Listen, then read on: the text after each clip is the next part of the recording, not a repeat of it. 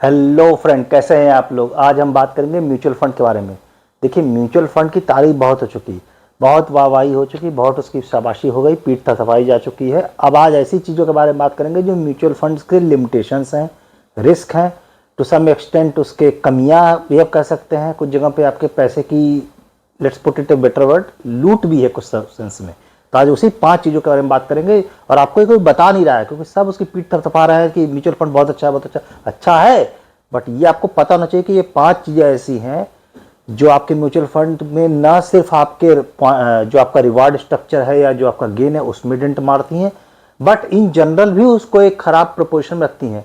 अब वो कितना खराब है कितना अच्छा है वो हम आगे देखेंगे। तो चलिए एक स्टार्ट करते हैं एक एक करके। नंबर 1, सबसे पहली चीज है कि म्यूचुअल फंड आपको ऑटोमेटिकली रिच नहीं बनाता है, जो हम में से ज्यादातर लोग के दिमाग में एक फोबिया से चढ़ा हुआ है कि म्यूचुअल फंड कर लो तो हम अंबानी बन जाएंगे। ऐसा अंबानी नहीं बनने वाले हैं आप। पहली चीज के 2 रीजन है।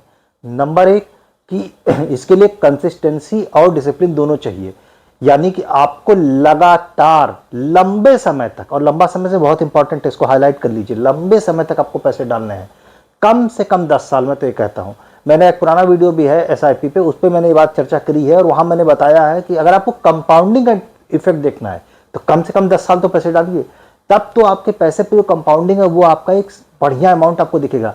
अब इंडिया में जो एवरेज एसआईपी का जो टेन्योर है, म्यूचुअल फंड में जाते लोग एसआईपी ही करते हैं, इसलिए मैं एसआईपी का स्पेसिफिक एग्जांपल ले रहा हूं, वरना लमसम भी लोग करते हैं, बट वो बहुत संख्या कम है। तो अब अगर हम एसआईपी करते हैं तो 3 साल, 3.5 साल, वैसे 3 साल से ऑन एन एवरेज कम ही है जो इन्वेस्टर रहता है। तो उस 3 साल में क्या कंपाउंडिंग दिख जाएगा, कितना ही परसेंटेज हो जाएगा, कुछ नहीं होने वाला है। दूसरा चीज कि अगर आप, इस बात को समझना जरूरी है कि mutual fund is A wealth generator, it is not making you rich. ये दोनों में अंतर है। इसका क्या मतलब, मान लीजिए मेरी सैलरी 50,000 रुपए है, मैं 5,000 रुपए या 10,000 रुपए एसआईपी करता हूं, मैं कभी भी उस स्टैंडर्ड को बीट नहीं कर पाऊंगा जो 1.5 या 2 लाख रुपया कमाने वाला है। ये मार्क माय वर्ड, ये आप लोग गलत फहमी में जी रहे हैं और यही गलत एक्सपेक्टेशन है। फिर आपको डिस्परेशन होती है, आपको लगता है एसआईपी या म्यूचुअल फंड परफॉर्म नहीं कर रहा है, एक्सेट्रा चीजें। होता क्या है कि ये आपके लिए इनकम बना के दे देगा कि आप 50,000 है और आपके उस लेवल के कुछ छोटे मोटे खर्चे, छोटी कार, छोटा बाइक, ये खरीदने के लिए आपको वो कॉर्पस बना सकता है। कोई लॉन्ग टर्म प्लानिंग भी आप करना चाहते हैं 10 साल 15 साल बाद की, उसके लिए भी ये ठीक है। लेकिन अगर आप ये समझे कि आप इससे 3 BHK घर ले लेंगे, ये ऑलमोस्ट नियर इम्पॉसिबल है 10,000 की एसआईपी से। आज की रेट में ये जो आप एक अच्छा 3 BHK करोड़ में आता है, लाख में नहीं आता। और जब तक आपका 15 साल बाद होगा तब तक करोड़ वाला भी 3 या 4 करोड़ हो गया होगा, तो आपकी एसआईपी कभी नहीं बीट कर पाएगी। तो ये गलत एक्सपेक्टेशन ना पालें। एक्सपेक्टेशन सही रखेंगे तो आपको सही आपको रिजल्ट मिलेंगे और आप सेटिस्फाइड रहेंगे। तो आई होप आपको ये सही लगा। अब जो सेकंड है, थर्ड है और फिफ्थ है, वो तो बहुत ही कमाल का है और आपको वो कोई नहीं बता रहा है, और इसलिए stay tuned till the end of the video. चलिए दूसरा म्यूचुअल फंड में एक बहुत ही कैचीज थिंग है कि आप देखिए, आप एक कंपैरिजन करते हैं इसके लिए, आप ऑनरशिप की बात करते हैं कि जब आप 1 यूनिट भी आप किसी का शेयर खरीदें, 1 यूनिट भी स्टॉक खरीदें, तो आप ऑनर हैं उस कंपनी के, टेक्निकली सेंस में ऑनर हैं उस कंपनी के। आपको मेल पे सारी कम्युनिकेशन मिलेंगी जो एक शेयर होल्डर को या ऑनर को मिलनी चाहिए। आपको एनुअल मीटिंग्स की जो भी मतलब उसकी प्रोसीडिंग्स हैं उसकी मेल आती है, मुझे खुद आती हैं, जहां जिन जिन कंपनी से मैंने पैसे लगाए हुए हैं, चाहे वो मैंने 1 रुपए का भी स्टॉक खरीदा हुआ है, वहां से मुझे मेल आती है। क्या आपने कभी देखा है कि म्यूचुअल फंड की किसी भी एक कंपनी से किसी को भी कभी भी कोई मेल आई हो? नहीं आती है। इसका मतलब है कि आप ऑनर नहीं है। इस बात को नुआंस है, इस साल गंभीर बात है, समझिए इस बात को। आप ऑनर नहीं है, कोई और ऑनर है, और उसके रिपरकशन हम बाद में बताएंगे उसका क्या चक्कर है।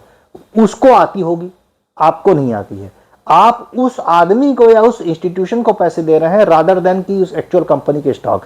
इस चीज को समझना बहुत जरूरी है। जब तक तो आप म्यूचुअल फंड में आप पैसे आपके स्टॉक्स में लगते हैं, लेकिन आप उस स्टॉक्स को बाय नहीं करते, you do not hold that stock, पहली चीज। दूसरी, जो तीसरा पॉइंट है वो भी इसी से लिंक्ड है कि आप जब आप ऑनर नहीं है तो आपका कोई कंट्रोल नहीं है ना। आपका म्यूचुअल फंड जो मैनेज करता है उस व्यक्ति पे कोई कंट्रोल है, वो कभी भी चेंज हो सकता है ना। वो पोर्टफोलियो पे आपका कोई कंट्रोल है। फॉर एग्जाम्पल, एक बैंकिंग सेक्टर का आपने म्यूचुअल फंड में पैसे डाल रहे हैं। अब उस बैंकिंग सेक्टर में, चलिए बैंकिंग सेक्टर इसलिए लिया कि उसमें सारे बैंक्स ही होंगे, तो HDFC, ICICI, SBI, PNB, जो कुछ भी बैंक आप जानते हैं सबके स्टॉक्स उसमें हैं, कुछ रेशियो में, कुछ 5% है, किसी 10% है, ऐसे एक मिक्स बनाया हुआ है, ठीक है।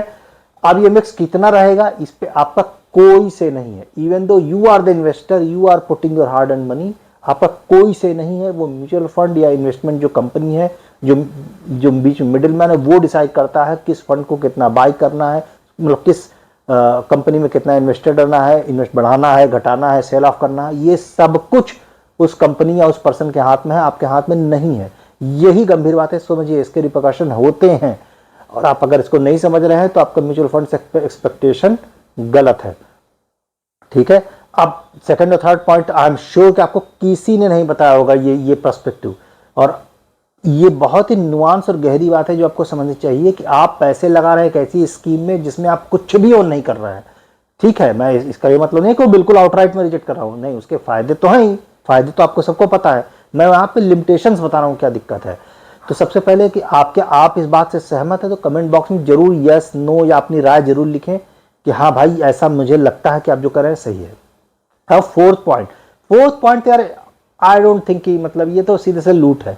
एक टर्म होता है म्यूचुअल फंड में एग्जिट लोड। ये एग्जिट लोड, यार एक बात बताओ, आप एफडी करते हो, ठीक है, आप एफडी अगर समय से पहले ब्रेक कर दो तो पेनल्टी लगती है, ये सबको पता है। ठीक है, वो इसलिए लगती है क्योंकि आपने बैंक को कमिट किया हुआ है कि भाई हम 1 साल के लिए एफडी रखेंगे। बैंक ने बैंक को आपने एक तरह से कुछ एश्योरेंस दी हुई ना कि भाई हम 1 साल के लिए इतना पैसा रखेंगे। ठीक है, आप उस कमिटमेंट को तोड़ रहे हो तो उसकी पेनल्टी तो कुछ हद तक समझ में आती है। ठीक है, आप स्टॉक्स रखते हो, स्टॉक्स यानी शेयर, यानी कि आप उस स्टॉक्स को कभी भी अपनी इच्छा से सेल करो, बाय करो, कुछ नहीं होने वाला है। बट ये क्या बात है यार कि मैंने अपने जो स्टॉक्स में ही पैसे जा रहे हैं मेरे एट द एंड, वो मैं कुछ म्यूचुअल फंड खरीद रहा हूं और मुझे 5 साल का, 1 साल का, 2 साल का, जैसा भी टर्म है उसके लिए मुझे होल्ड कर रखना है और उससे पहले मैं बेच देता हूं तो मुझे X% मुझे पेनल्टी क्यों देनी पड़ेगी भाई? शेयर में तो नहीं देनी पड़ती है, तो म्यूचुअल फंड में क्यों देनी पड़ेगी? कभी किसी चीज का सेंस है इस बात का? भाई मैंने इसका, क्योंकि यही वो मूल कारण है, क्योंकि आप ऑन नहीं करते, प्रॉब्लम वही है। तो ऑनरशिप का प्रॉब्लम है, लेकिन उसके इवन भी नजरअंदाज ऑल दोस पॉइंट हम बाईपास भी कर दे तब भी एग्जिट लोड क्यों होता है? I have no clue whatsoever कि आपको बेचने के लिए एग्जिट लोड, एक मनी या एक इंटरेस्ट पर्टिकुलर अमाउंट आपको क्यों लेट गो करना पड़ रहा है, इसका कोई सेंस नहीं है, बस है। और लास्ट पॉइंट जो आपको किसी ने, और ये आपके सीधे सीधे आपके पैसे मारे जा रहे हैं, ये लास्ट पॉइंट बहुत ही कमाल का है। अगर आप अब तक बने हुए हैं तो जरूर इसको ध्यान से सुनिए। आप 1 यूनिट स्टॉक खरीदिए, ठीक है, 1000 रुपए का मान ले आपने इन्वेस्ट किए, 1 यूनिट किसी भी कंपनी का, XYZ कंपनी का एक स्टॉक, अगर उस पर 1 रुपए डिविडेंड आता है तो आपको 1 रुपए मिलता है। आप में से लाखों करोड़ों रुपए का इन्वेस्टमेंट म्यूचुअल फंड में डाला है, चवन्नी आज तक डिविडेंड नहीं मिला, क्योंकि खरीद तो आप एक तरह से आप स्टॉक्स ही रहे हैं भाई। आपने किसी कंपनी को दिए, उस कंपनी ने मान लीजिए 15-20 शेयर कंपनी के शेयर्स का एक पोर्टफोलियो बनाया हुआ है और उससे आपके शेयर एलोकेट कर रहा है वो।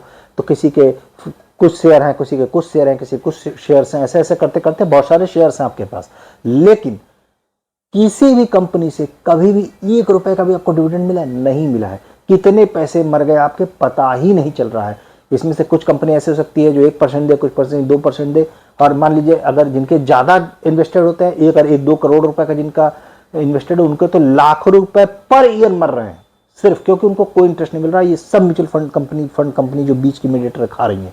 हालांकि इसका कोई कम कर नहीं सकते, लेकिन ये है तो है। आखिर डिविडेंड क्यों नहीं मिलता, क्यों? आप बताइए। आपने अंत में तो म्यूचुअल फंड भी तो at the end of the day तो शेयर्स का ही ग्रुप है। आपने खरीदे क्यों है? शेयर्स खरीदे हैं, ठीक है, तो आपको क्यों नहीं मिल रहे हैं? यहां तक कि म्यूचुअल फंड कंपनी ऐसा भी नहीं कर रही है कि चलिए वो जो डिविडेंड मिल रही है उसका कुछ हिस्सा रख के आपको पास ऑन कर दे, वो भी नहीं कर रहा। एक चवन्नी नहीं, आपको ढेला नहीं मिल रहा है, ठीक है। ये पूरे सीधा पैसे की लूट है। ये म्यूचुअल फंड के लिमिटेशंस है। हैविंग सेड ऑल दिस, ऐसा नहीं कि म्यूचुअल फंड खराब है। Mutual fund is a very good tool to accumulate your wealth, क्योंकि इसका जो अगर आप लॉन्ग टर्म में सस्टेन करते हैं तो आपको डबल डिजिट ऑलमोस्ट गारंटीड है कि आपको मिल जाती है। और अगर आप उसमें टैक्सेशन लगा भी दें, लॉन्ग टर्म शॉर्ट टर्म जो भी लगता है, तो भी आपके पैसे अच्छे खासे बन जाते हैं, जो किसी भी और जो इन्वेस्टमेंट क्लास है उससे बाय एंड लार्ज अच्छे ही निकलते हैं। तो ऐसा नहीं कि म्यूचुअल फंड अपने आप में खराब है। प्रॉब्लम यह है कि इसको हम लोग समझते नहीं है, इसको हम लोग ठीक से गलत एक्सपेक्टेशन से सेट कर लेते हैं, एक्सपेक्टेशन नहीं सेट करते हैं। और सबसे बड़ी बात कि मीडिया और सोशल मीडिया के इस दौर में हम बहुत ज़्यादा जिसको कहते हैं ना कि सपने बुन लेते हैं, वी आर डे ड्रीमिंग, कि हम म्यूचुअल फंड डाल रहे हैं तो 25 करोड़ 25 साल बाद हम ये नहीं हो पाएंगे भाई, क्योंकि एक तो इन्फ्लेशन अपने यहाँ काम करता है, दूसरी चीज कि जिन चीजों पे आप ड्रीम कर रहे हैं उनकी फ्रेंकली जिन चीजों का हम सपना देख रहे हैं, कोई आटा दाल खरीदने के लिए तो म्यूचुअल फंड नहीं कर रहा है, सब कार के लिए कर रहे हैं, घर के लिए कर रहे हैं, हो सकता है फॉरेन ट्रेवल के लिए कर रहे हो। ये सारी चीजें तो इन्फ्लेशन से बहुत ज्यादा तेजी से भागती हैं, क्योंकि ये लग्जरी आइटम्स हैं, ये डिजायर्स हैं, ये नीड्स नहीं है। ये आइटम बहुत ही आते से भागते हैं, तो म्यूचुअल फंड उसको बीट करना, ऐसा नहीं कि नहीं करते हैं, करते ही हैं आमतौर पर, लेकिन फिर भी आपका रिटर्न बहुत ही ज्यादा डिमिनिश हो जाता है उस कंपैरिजन में, और एट द एंड आपको लगता है नहीं यार अभी भी पूरा नहीं पड़ा इतने सालों बाद, क्योंकि आपने सही एक्सपेक्टेशन सेट की थी। तो आप उसको सही तरह समझिए, बस यही इसका गोल है। Mutual fund is a very good tool, provided you know the limitations, you know the pitfalls, you know the gaps, you know what are the boundaries, और अगर आप उस कॉन्टेक्स्ट से समझेंगे तो mutual fund is a very good tool. तो मैं इसके अगेंस्ट में, मैं तो खुद ही इन्वेस्टेड हूँ भाई, तो मैं कैसे अगेंस्ट में हो सकता हूँ, लेकिन मैं ये भी समझता हूँ कि इसमें अच्छाई क्या है और उसमें खराबी क्या है। तो इसी के साथ मैं अपना वीडियो को एंड करता हूँ। अब आप अपना इस वीडियो पर जरूर कमेंट दीजिए कि हाँ आप जो कर रहे हैं ठीक कर रहे हैं, तो उससे हमें आपकी राय भी पता चलेगी। और इसके साथ ही चैनल को लाइक करें, सब्सक्राइब करें, और till then take care, bye bye, thank you.